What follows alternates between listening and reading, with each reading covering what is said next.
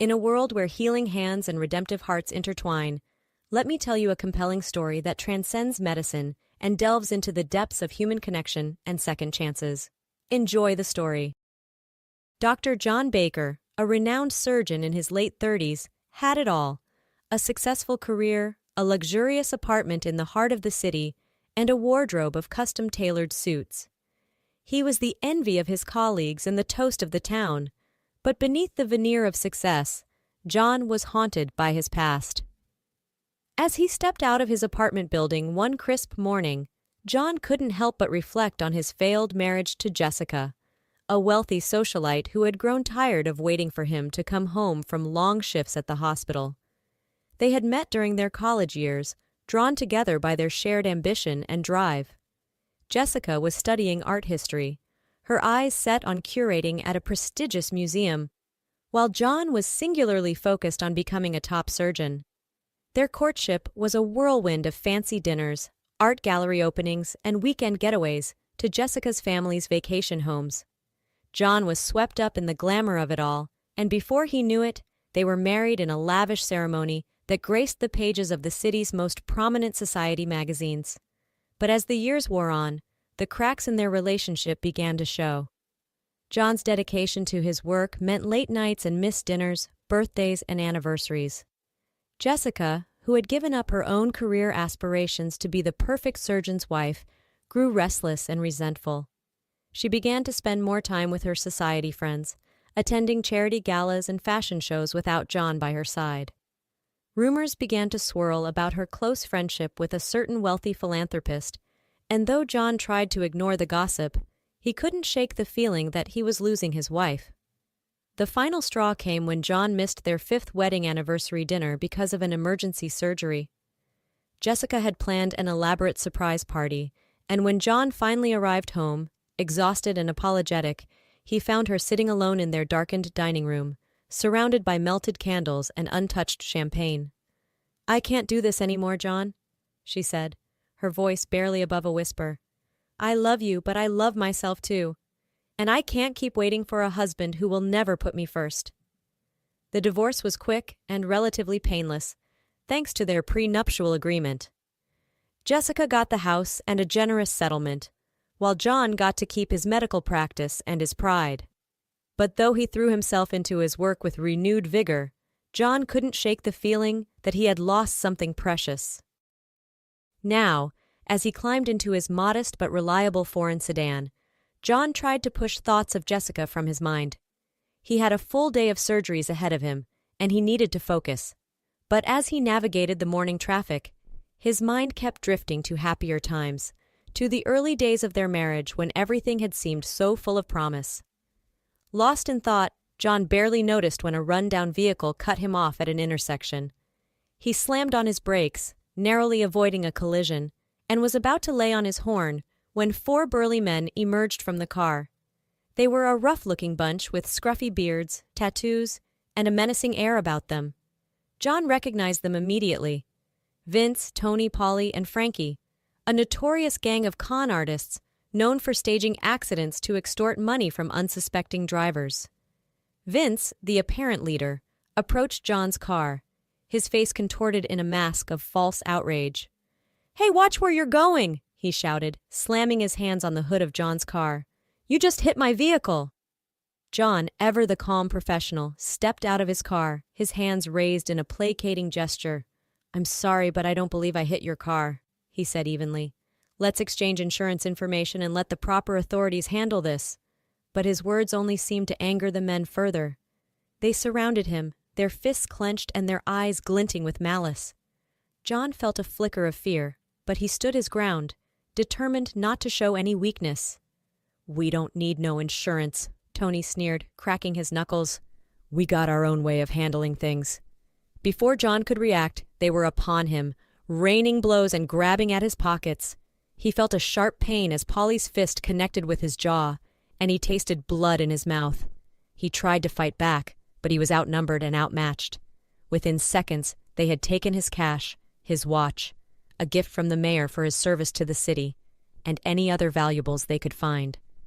Then, as quickly as they had appeared, they were gone, speeding away in their battered car. John stood there for a moment, dazed and bleeding, trying to process what had just happened. He had never been mugged before, and the violence of it left him shaken.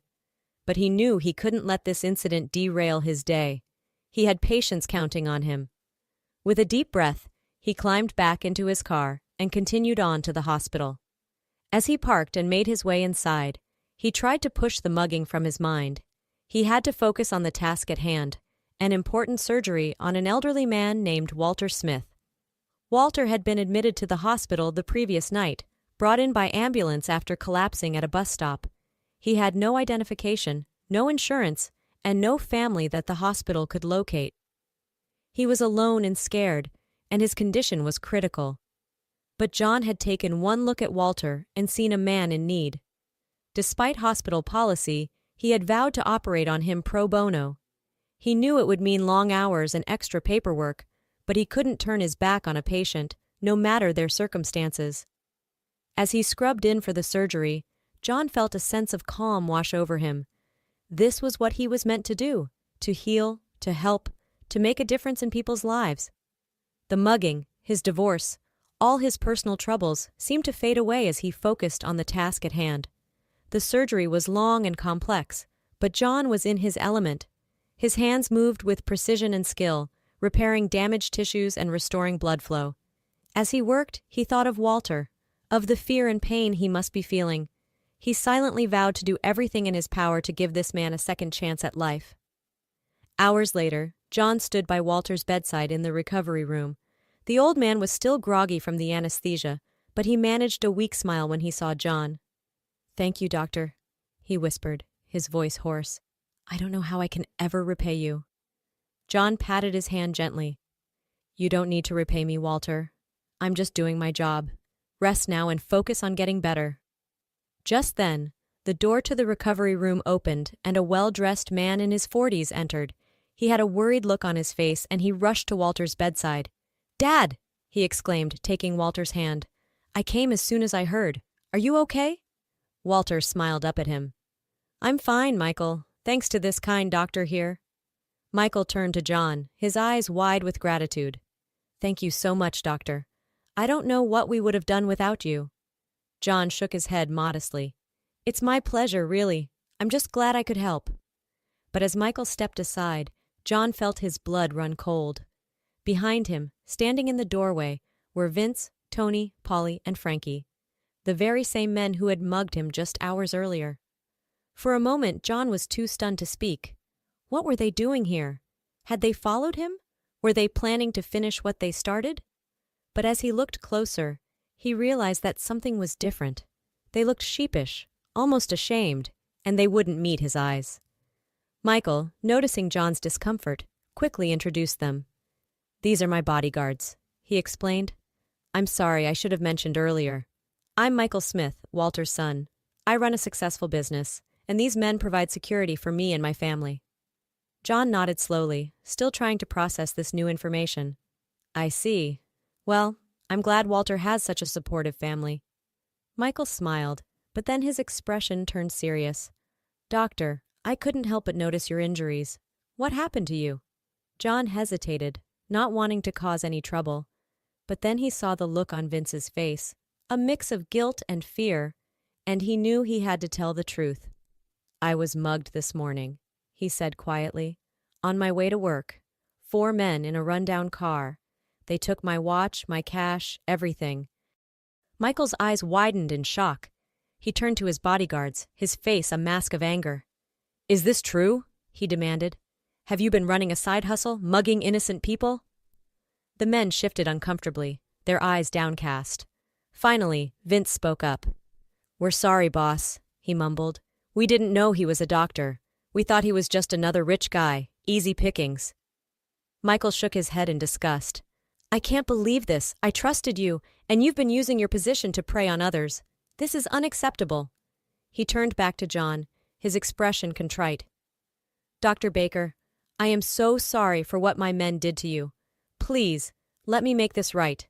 I want to donate to the hospital, to cover my father's care and more, and I'll ensure that these men are properly punished for their actions."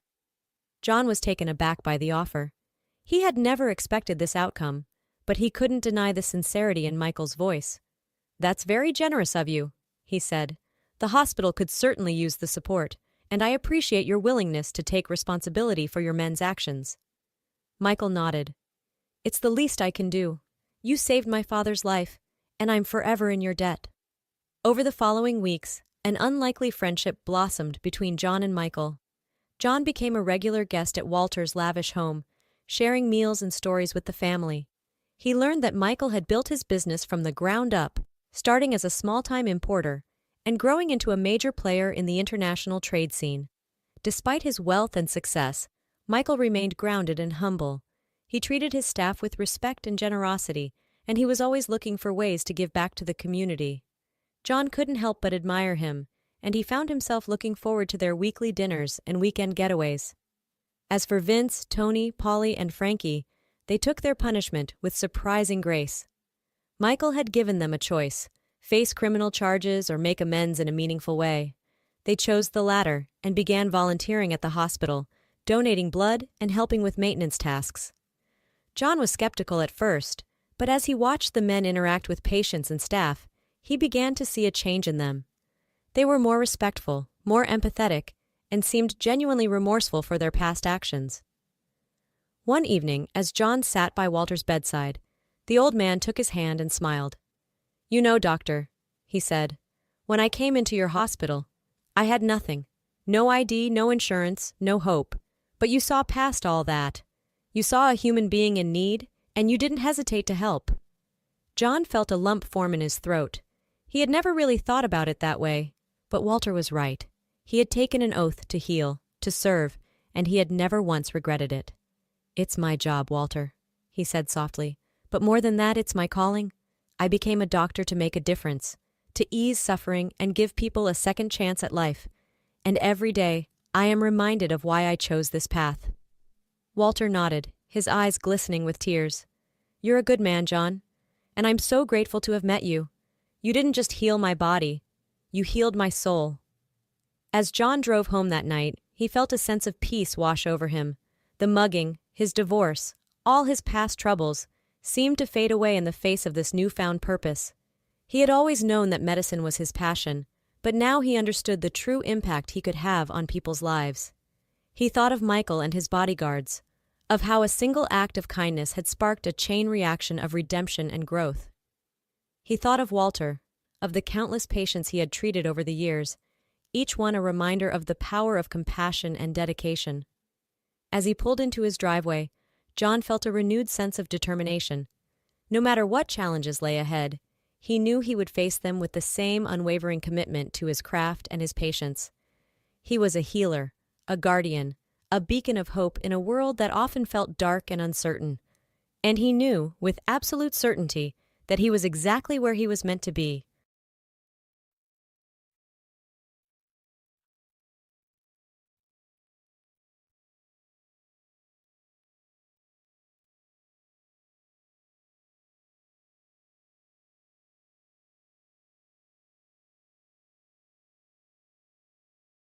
"All right, everyone's presentations are done," Nick, the manager, said as he tried to move the discussion forward. "Excuse me, I haven't. I recently found out something." Nick interrupted me and began to speak. "There's apparently someone in this department who didn't graduate high school and is just a part-timer. Meetings should be for employees only." "Absolutely right." His lackey, Mike, of course, agreed with Nick. "I'm leaving." After leaving the meeting room, I started to shut down my computer. I noticed that an email had arrived, not in my personal inbox, but in the company's shared email. Thinking, there's no point in speaking up, no one will listen, I went home quietly. The next day, I heard a commotion from Nick's desk. He was staring at his computer screen, his face pale. "Nick, is something wrong?" Mike looked at the screen with him. And he turned even paler than Nick. Why is he so angry? Knowing the reason for Mike's distress, I thought to myself, serves them right. My name is Adam. My mother passed away when I was in the 9th grade, and I was raised by my father. Well, you could hardly call it being raised. After my mother passed, my father changed. He drowned his sorrows in alcohol, and though he still went to work, he squandered our living expenses on horse racing. Because of that, I had to start working part-time as soon as I entered high school. Every month, I went to the convenience store with bills in hand that couldn't be auto-deducted from my father's account. Even though I endured it because I didn't want to be alone, I reached my limit in my second year of high school and dropped out. I found a live-in job at a distant inn. Thank you for everything. The day I left home, my father, still staring at the TV, spoke. Take care. That was our last conversation. Back then, 18 wasn't the age of majority, so I needed my father's permission to work, and I couldn't hide my place of employment. Yet, my father never visited me even once. I kept working just to survive, and before I knew it, I was 42. Years of hard work paid off, and I was transferred to the headquarters. I was thrilled to be recognized by the company, as I thought I'd be working in the field until retirement due to my lack of formal education. Listen up. Our work can change the future of our employees. Don't drag us down.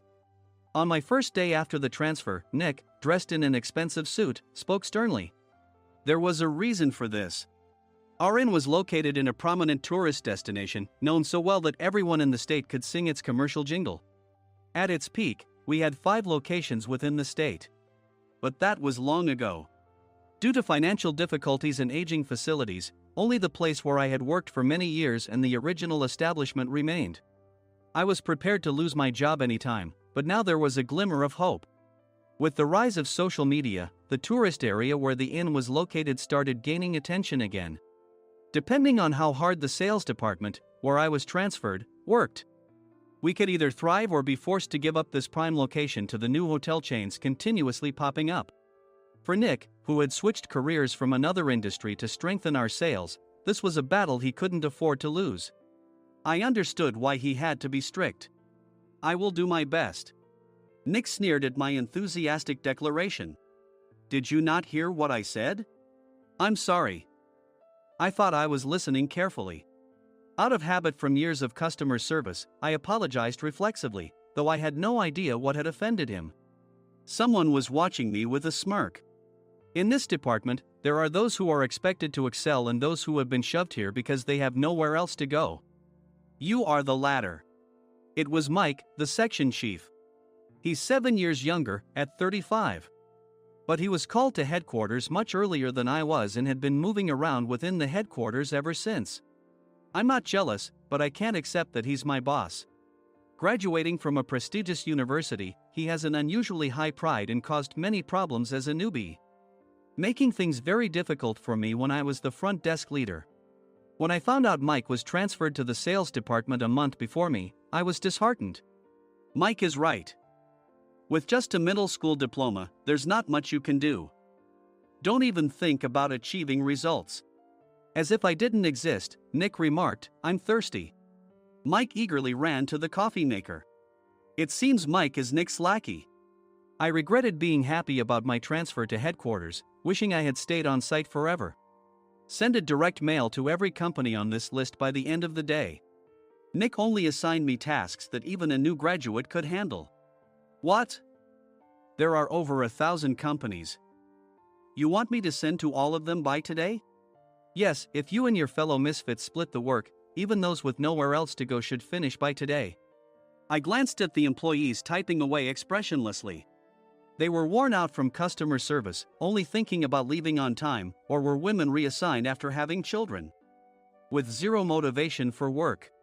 Even Sam, a new graduate from the same university as Mike, who was supposed to be among the expected achievers, had no enthusiasm for the job, having joined the company wanting to do customer service. I don't care what they say, I plan to quit anytime, he said. Only Nick and Mike were highly motivated, making all the decisions between the two of them. I originally only wanted to work at the inn to survive and had no particular attachment to this job. I swallowed my words, thinking I had no right to reprimand them. About a month after the transfer, Nick told us with a frustrated look. To commemorate the 50th anniversary, we've decided to create a plan exclusive for one group per day. Originally, Mike and I were supposed to come up with it, but our president, Mr. Thompson, insists on hearing everyone's opinions. So, you all get a chance. As Nick explained, Mike began handing out prints. Make sure not to embarrass Nick. If your ideas are half-baked, you'll have to redo them. It seemed that they had printed his handwritten notes by Mr. Thompson, which included several questions and a section for free responses. It made sense why Nick had to seek our input, given that all responses had to be submitted to Mr. Thompson. We were given a week to think about it, and a meeting was scheduled to compile our ideas. My plan is to let guests enjoy both the old and modern America. Nick began the presentations. Guests would watch a master confectioner at a nearby traditional sweet shop make sweets in front of them. The welcome drink would be premium tea in a bottle. Nick's plan was certainly attractive. After his presentation, Nick called on us to present in the order we were seated. Just as I stood up for my turn. All right, everyone's presentations are done. Excuse me, I haven't. I recently found out something. Nick interrupted me. There's someone in this department who didn't graduate high school and is just a part-timer. He was likely talking about me. I joined the company as a part-timer and was made a full-time employee when I turned 20. That was 20 years ago, so Nick and Mike probably had no chance to know until recently. Meetings should be for employees only. Absolutely right. After that, Nick kept creating opportunities to solicit everyone's opinions, purposefully excluding me from speaking. The meeting unexpectedly heated up and went past the scheduled end time. A few people asked to leave, and the discussion continued with the remaining few. Still here? Normally, you'd leave in that situation. Though I had no attachment to the job initially, hearing kind words from customers made me want to make them happier. For someone like me, with nowhere to go, the inn was my home and customer service was my life. I felt pathetic about my current self. I'm leaving. I left the conference room and started shutting down my computer. I noticed an email had arrived, not in my personal inbox, but in the company's shared email. Thinking no one would listen to what I had to say anyway, I quietly went home. The next day, while preparing the DM as instructed, I heard a commotion from Nick's desk. In his haste to stand up, he hit his knee on the desk. He stared at his computer screen, his face pale. Nick! What's wrong? Mike, thinking he should be the first to rush over, approached Nick while still wearing his coat. He peered at the screen with Nick. And he turned even paler than Nick. Why is he so angry? Who is responsible for this company? Nick, more irritated than ever, asked, and Mike answered without checking. Probably Sam. Sam wasn't there because he was attending a morning training session for new hires. Nick gave up on getting angry and returned his gaze to the screen. They were looking at an email that arrived right after the end of the working day yesterday. Apparently, no one, including me, had checked it before leaving. The email was from a large company that used us for their annual employee trips. The president and executives of that company also frequently used our services personally. President of the company, Mr. Mason himself had declared that neither he nor his company would ever use our services again. Well, some companies cancel their employee trips or stop using our services due to financial struggles. Let's just move on. Mike kept wiping the sweat from his forehead with a handkerchief. Knowing why Mike was so agitated, I quietly watched their interaction. Do you know how much revenue we get from that company? We can find other guests to fill the rooms, but we'll lose the banquet costs, gift shop revenue, rental car fees, and more. Moreover, the gifts were supposed to be prepared by the traditional confectionery shop involved in Nick's proposed plan. If it's known that we incurred such a huge loss at this critical time, Nick's position in the company would be jeopardized. Nick took a deep breath, seemingly trying to calm himself. All right, Mike. Go to New York right now and apologize to Mr. Mason. What? You're coming with me, right? I have urgent work to do. I trust you, which is why I'm entrusting this to you. Please. Mike, believing Nick's sincerity, agreed with a determined look on his face, saying, yes. That's Nick for you. Even if Mike went to apologize, Nick would shift all the blame onto him if the client didn't change their mind. Well, it was Mike's fault to begin with, so it served him right. About 3 hours later, Sam answered a call from somewhere and repeatedly apologized, saying, I'm very sorry. Everyone watched to see what was happening. After ending the call, he informed Nick with a weary tone. When Mike arrived at the client's company, he only made things worse, further infuriating Mr. Mason. He was demanding, "Get his boss here immediately." It was no wonder Sam was exhausted, dealing with such a call right after returning from training. "What is that idiot doing?" "All right, Adam, you're coming with me. If sacrificing Mike didn't work, then I must be next." Normally, I'd want to refuse at all costs, but I saw an opportunity in this situation. "If I can be of assistance, I'd be happy to join you." I obediently followed Nick, and we flew to New York. When we introduced ourselves at the reception, it became clear how serious the situation was, as the receptionist personally escorted us to the president's office. Angry voices leaked through the door, making both Nick and me uneasy. "Excuse me. I'm Nick, the supervisor. I understand my subordinate has caused you trouble, and I deeply apologize." Nick, with his experience in the corporate world, knew enough to offer an apology before excuses. However, his customer service skills left much to be desired. I sighed as I saw Mike trembling like a small dog in the corner of the room. "What kind of training are you giving your subordinates?" Mr. Mason glared at Nick with a red face. The intensity of his gaze made even Nick take a step back. Regrettably, I joined this company only 2 years ago and was unaware of Mike's issues. I should have identified his shortcomings sooner. Indeed, I should have realized sooner.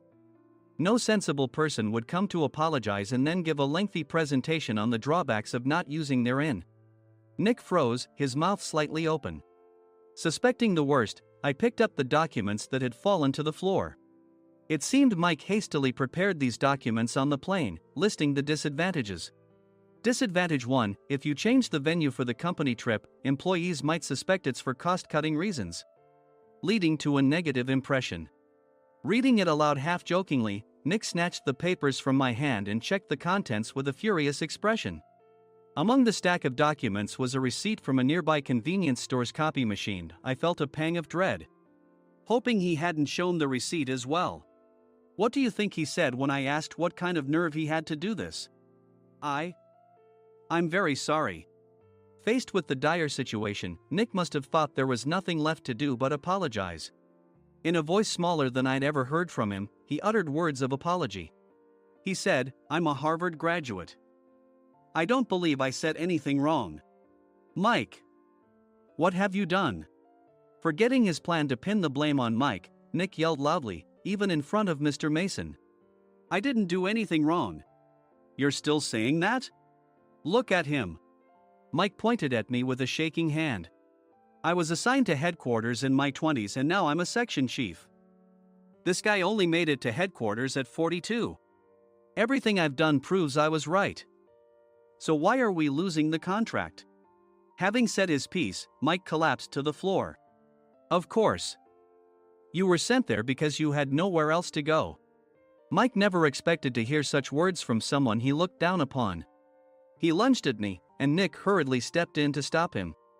"Mr. Thompson told me Mike is a quick thinker, and to take good care of him." There's no way he was pushed aside. "Don't make things worse here.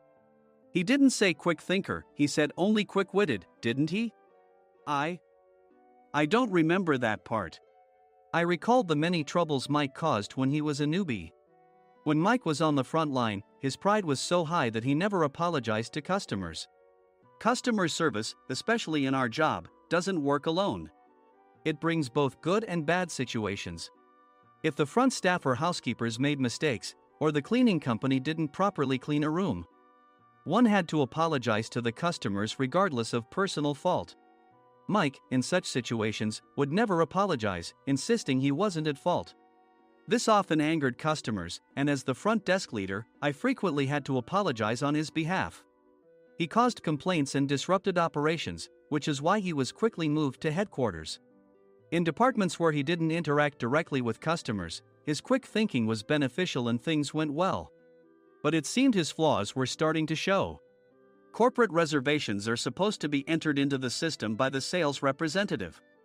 But a quick check yesterday revealed that more than 10 items were missing from the client's reservation. The handover document clearly stated what needed to be prepared. Why didn't you enter it into the system? Why do we have to give them special treatment? filling rooms near the banquet hall, setting up all the food in advance. Specifying the brand of wine, they're too demanding. No wonder he always angered customers, I thought, feeling a headache coming on. Grouping them in rooms near the banquet hall is for our benefit too. It makes it easier for the staff to set up beds and serve breakfast since everyone's schedule is synchronized. As for the other requests, Mr. Mason suggested them to lighten our load. I didn't know that. Nick finally seemed to realize that Mike was the one who had angered the client. What did you say to them? I just told them we wouldn't give them special treatment anymore. We shouldn't waste effort on things that don't bring in money. I was utterly exasperated at his lack of understanding of customer service. Of course, we shouldn't comply with unreasonable demands. But carrying over successful practices from past stays makes customers feel remembered and enhances their experience. Good memories encourage repeat visits. That's part of our job. I looked down at Mike, who was sitting on the floor. In our job, nothing is a waste. Mr. Thompson likely moved you to the sales department, hoping you'd finally understand this. How do you think he feels now that you've failed to meet his expectations? Mike, tears in his eyes, fled the president's office. I was amazed he still hadn't apologized. You have it tough, Adam. It's okay, we're all employees of the same company. I deeply apologize for this disrespectful incident. Especially after all the care you've shown us. If it weren't for you, Adam, I really would have stopped staying here. When I heard you were moving to the sales department, I was willing to reconsider if you handled it. Seeing us talk so amicably, Nick's face contorted. Do you two know each other? Adam's service is excellent. I always requested him specifically. Normally, we don't accept specific staff requests, but we made an exception for Mr. Mason, adjusting my shifts accordingly. He had personally stayed at our hotel just before my transfer, and during casual conversation, I mentioned, I'm moving to the sales department soon. If I hadn't told him then, things could have been much worse. Please continue to take care of us. I look forward to it. On the return flight, Nick awkwardly offered me a can of beer. It's still working hours. Of course, I had no intention of forgiving him for a single beer. Nick might try to pin everything on Mike and avoid any consequences. While pondering this, a startling fact came to light. Nick, the tea bottles for the plan have arrived. I handed Nick a bottle labeled with our inn's name. They look good. What are you talking about? These are plastic bottles. I had assumed we would use the trendy, high-end bottling tea. But what arrived were ordinary plastic bottles of tea with customized labels. The only unique aspect was the label, which had the inn's name, making it look customized. Upon further investigation, I discovered that a substantial amount of money was set to be paid to the tea company. It was priced like bottling tea. Does this plastic bottle really cost $100 each? The tea inside is specially blended for us. The extra cost is for that. Wouldn't it be better to use another tea company? Or is there a specific reason we must use this one? As Nick continued to make excuses, I showed him a printed email. I informed the tea company's president, Mr. Mitchell, that we discovered irregular payments and he confessed. He said you two were high school classmates and planned to split the extra money. That idiot. Why did he confess? That's not important. You should worry about yourself, this could turn into a police matter. Opening the bottle cap, I suggested. How about calming down with this tea? It supposedly has a relaxing effect. Nick drank the tea frantically. In the following days, decisions were made about their fates. Mike was reassigned to the General Affairs Department, with no chance of transfer or promotion, as per Mr. Thompson's orders. As for Nick, since the payment to the tea company hadn't yet been made, he narrowly avoided legal trouble. Instead, he was encouraged to leave the company, and to avoid further complications, Nick submitted his resignation. Rumor has it that connections between HR departments have made it difficult for him to find new employment. Even though it was good to have those two gone, something unexpected happened in the sales department. Everyone became motivated and united in refining the 50th anniversary plan. In the end, my plan was adopted. We collaborated with the Tourist Information Center to provide personalized guides. The plan, tailored to the number of guests, was truly special for the 50th anniversary. Hey, is Adam's family coming to stay? I immediately booked that special plan for my family. Sam noticed it on the reservation list and quickly picked up on it. Yes, I'm inviting my father. That's great. I might invite my parents too. I lacked the courage to face my father just as Adam. But here, with the confidence Mr. Mason praised, I felt ready. The 50th anniversary plan was a perfect opportunity to reconnect with my father. I hoped to bring back the days when we could laugh together as we once did.